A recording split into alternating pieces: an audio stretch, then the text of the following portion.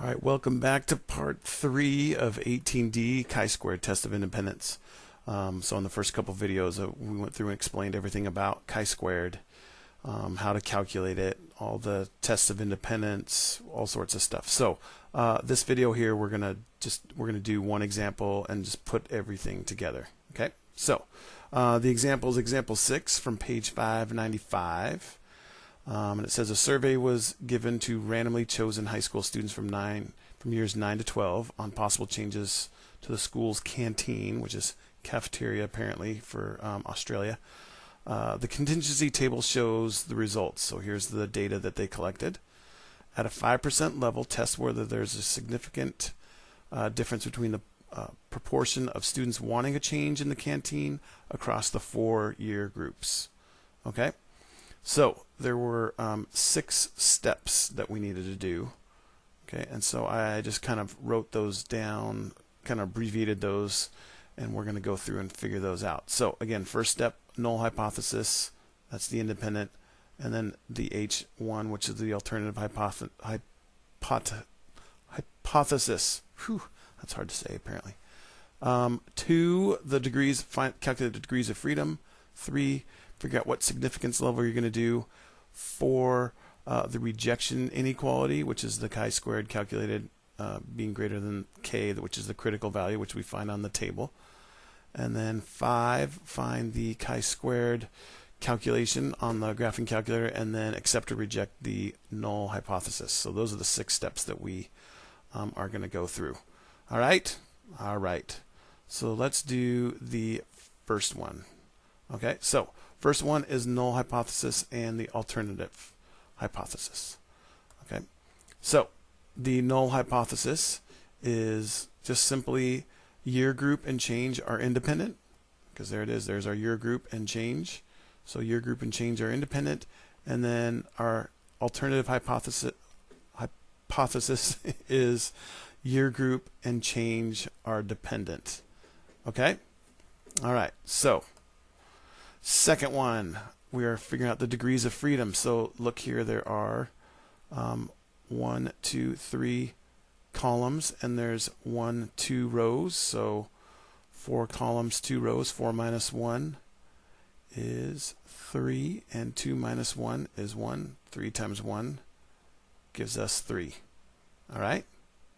Okay, so that is step 2. Step 3 is to figure out the significance level. It tells us right here, 5%. Significance level is 5%, or our 0.05. Okay?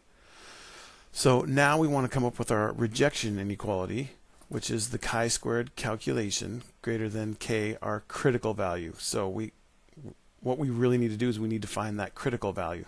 So what we need to do is we need to find that. Okay, so we're at 5% and our degrees of freedom is 3. So let's look that up. Here's our table. Degrees of freedom was 3 and our 5%, so we're at 7.81. Okay, so 7.81 is what we're going to want to use for our significance level. Oh, excuse me, I mean our rejection inequality. So there's our 7.81. So chi-squared calculated. If it's greater than 7.81, we're going to reject our null hypothesis, and then therefore accept the alternative hypothesis. Okay. Part 5, find the chi-squared calculation on our graphing calculator. So here's where we want to pull up the graphing calculator, and let's see, here's all of our data. Okay, so here's the steps you're going to want to follow to calculate it on here. You can do it by hand also, like we did on the first video, but it takes a while, and this is way quicker, way easier. Smarter, not harder, right? So turn this thing on, and what you're going to want to do is you're going to want to go into the matrix. All right, so we do second matrix, and we don't want to name it, we want to edit it. So we want to go over to edit, and we're going to enter, and we have in here, we have, this is rows by column, so we have 2 rows and 4 columns. So we're going to do 2 enter, and then 4 enter. And it will therefore give us there's our 2 by 4 matrix. Okay, so now what we're going to want to do is we're going to want to enter in this data here. Again, we don't care about the 9, 10, 11, 12 or the change or no change, right? So we want to enter in the 7, 9, 13, 14, and then 14, 12, 9, and 7. So this will just go across as we go. So we'll do 7, enter, 9, enter, 13, 14, and it should go right back to the next row, which it does, and then it's 14 again, 12, 9, and 7. Okay. Now that we have all that data in here, we just want to calculate our chi-squared. We want to do our chi-squared test. So now what you're going to do is we're going to push the stat button. So we'll do stat, and it's going to be under test because it's got the chi-squared test of independence. So we're going to go down until we find our chi-squared. And there it is. On this one it's C, so it's chi-squared test. All right. So we're going to push enter. And we already put all of our data in the A matrix. If for some reason you put in a different matrix, then you're going to have to rename this. And that's with these L1, L2, L3, L4, L5, L6. So you'd have to do second and then whichever one. But again, ours is already in A. So that's the observed. It's going to calculate our expected value, and then it's going to calculate our chi-squared test. So you just simply hit enter, enter, enter. And shabam, there is our chi-squared test. And look, it even tells us our degrees of freedom. And it gives you the p-value, which is another way that we can actually test to see if this is accurate or not. And that's actually the 7th step that I took off. We'll talk about that later when we need to. Okay, so our chi-squared value is 5.81. So let's write that on there. Okay, so here is here's our chi-squared 5.816 is our chi-squared calculation. Okay, so we found our chi-squared.